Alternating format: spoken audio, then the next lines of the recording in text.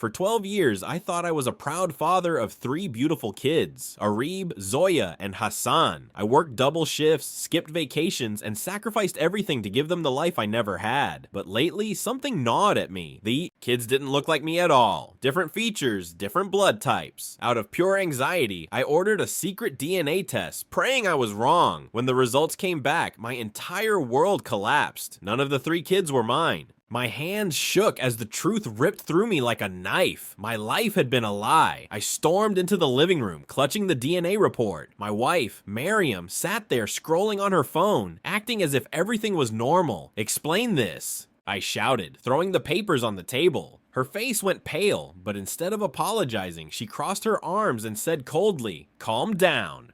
Don't be dramatic." I stared at her in disbelief. 12 years of betrayal, and all she had was arrogance. "Whose kids are they, Miriam?" I demanded, but she refused to answer.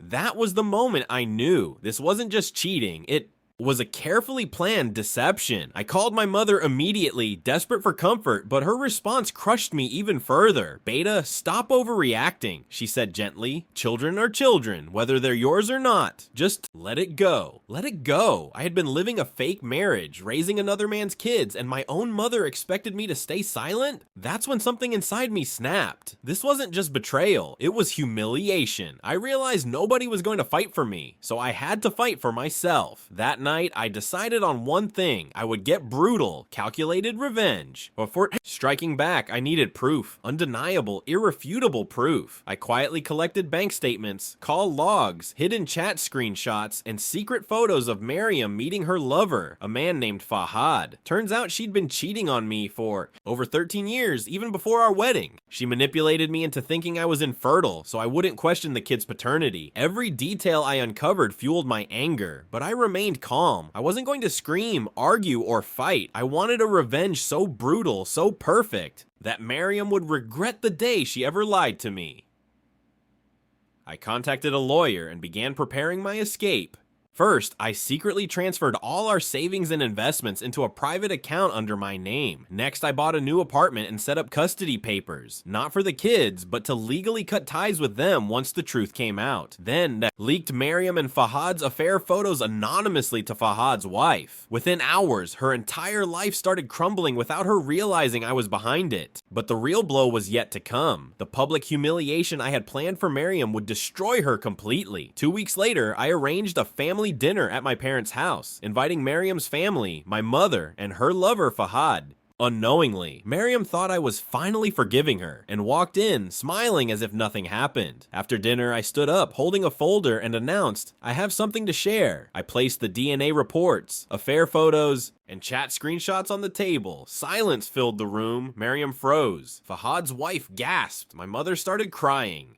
I looked Miriam straight in the eye and said, "You made me a father of 3 children who aren't mine." Miriam tried to scream, to deny, to twist the story, but the evidence was overwhelming. Her parents were devastated, screaming at her for disgracing the family. Fahad's wife slapped him in front of everyone and left. Miriam collapsed on the floor, begging me not to ruin her reputation. That's when I leaned forward and whispered, "You ruined my entire life for 12 years. Now it's your turn."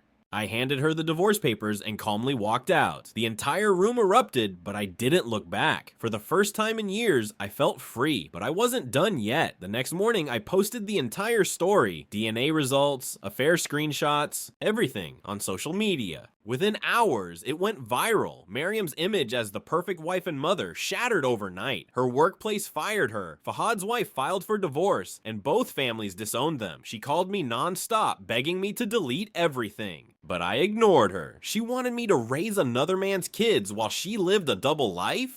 Not anymore. I didn't just take revenge. I erased her carefully built lie from existence. Her pride, her dignity, and her future, gone. I sold the house we once shared and moved into my new apartment. I started therapy to heal, focused on my business, and slowly rebuilt my life. The kids, it wasn't their fault, but I couldn't stay involved. I explained everything to them when they were old enough. They deserved the truth too. It was painful, but necessary. Miriam, meanwhile, lives in constant disgrace. Her lover left her, her family barely speaks to her, and she's drowning in debts. Karma hit her harder than I ever imagined, and I didn't have to lift another finger. Today, I'm free, successful, and happier than ever. Miriam gambled with my life, my love, and my future, and she lost everything. My revenge wasn't violent, it was precise, calculated, and devastating. I didn't shout. I didn't fight. I let the truth destroy her from the inside out. And the sweetest part? She now lives every single day facing the consequences of her lies, while I've built a life far better than she ever imagined. The DNA test broke me once, but it also set me free. In the end, truth was my weapon, and revenge was my victory.